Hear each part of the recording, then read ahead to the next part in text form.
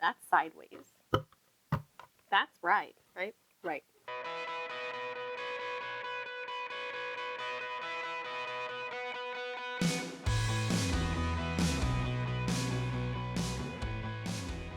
Hey everyone, I'm Alison with Better Half Reviews, and I'm going to talk to you today about Tapestry, Plans and Ploys. This is an expansion to the Tapestry game by Jamie Stegmaier, and the art is by Andrew Bosley. A quick pause though, if you are interested in learning about what Tapestry is and how it plays, we did do a review and overview of it, so I'll put the link right up here, you can click that. Now let's get back down into what's in Plans and Ploys. There are 10 more asymmetric civilizations for you to choose from. There's also 15 more tapestry cards that you can add and shuffle in. And then there's these 5 landmark cards, which I will talk about in just a second. One thing that's really nice that they add is the exploration bag. So the tiles that you grab out that has the little like land masses that you're trying to put onto the board, you no longer have to have stacks of them throughout the table. You just have a quick and easy bag to pass around. They give you a couple more space tokens. The big blue ones, I kind of have them put away somewhere, I don't know where they are. And of course, it's Tapestry. They give you some new, really cool looking buildings.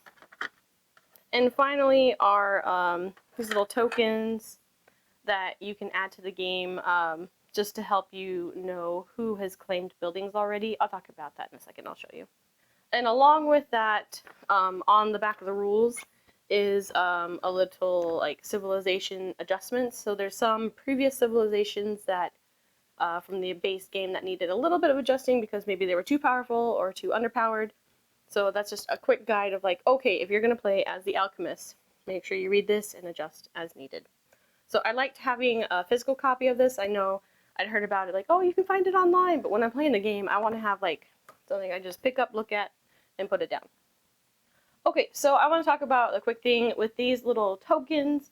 This is something that you don't have to add to your game, but I found it helpful because this board is big. Like, I'm not going to unfold all of it. This is a quarter of it. And you have these different sections, and then the building right there. The first person to cross over would get to go claim that building. So what made it easier is if you add these tokens to all their proper spaces, as soon as someone crosses over, you take the token. So it's like, okay, I know it's been passed, it's not available anymore, and I just kept the token by me, and then I go grab the building.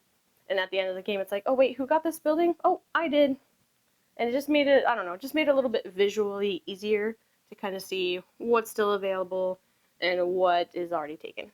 So it is not needed, but I appreciated it. And in my opinion, having some more tapestry cards and more civilizations, again, just nice to have a little bit more variety. Honestly, there already was a lot of variety, but I do appreciate having more options.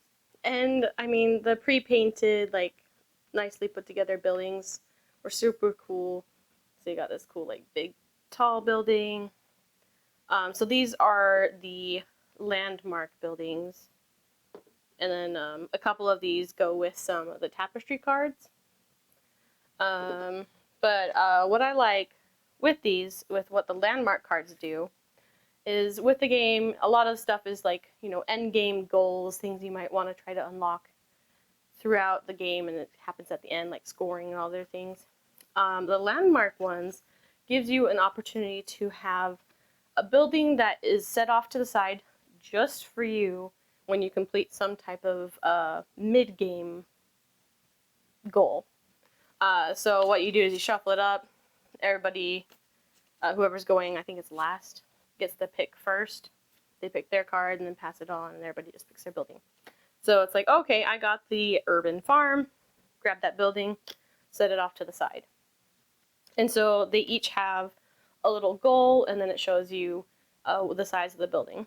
So for this one, it says at the end of your turn, if you have at least 6 of the hexagon land tiles in your supply, gain this landmark. So it's like, okay, that gives me kind of a goal of like, okay, maybe I'll try to work up certain tracks so I can get extra land pieces. Oh, look, I've got 6 pieces of land at the end of my turn. I get this big old fat building, and that can help you score, you know, getting some extra resources or getting, you know, rows or columns complete. So I really liked that it was just like a small change that was added to the game where it's like, oh, I have this special building that I can get. No one's going to take it from me. and it gives you some extra direction for the game. And I really did appreciate having this bag because I hated having the stacks of these tiles and trying to shuffle them up. This makes shuffling and like, oh hey, I need to grab a tile. Here, take the bag.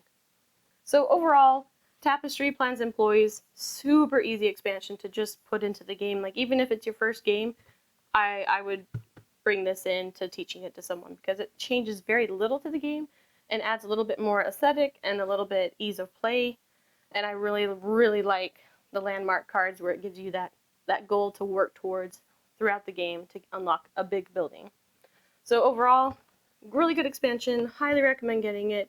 I'm very interested to try out some of the other expansions that have come out since then. Hopefully I can do a review of those ones in the future. But anyway, I'm Allison with Better Half Reviews. Happy gaming!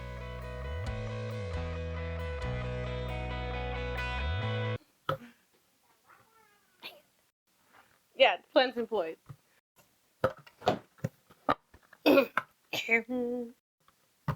That's right, right? Right. And today we're hitting my cord. Yes!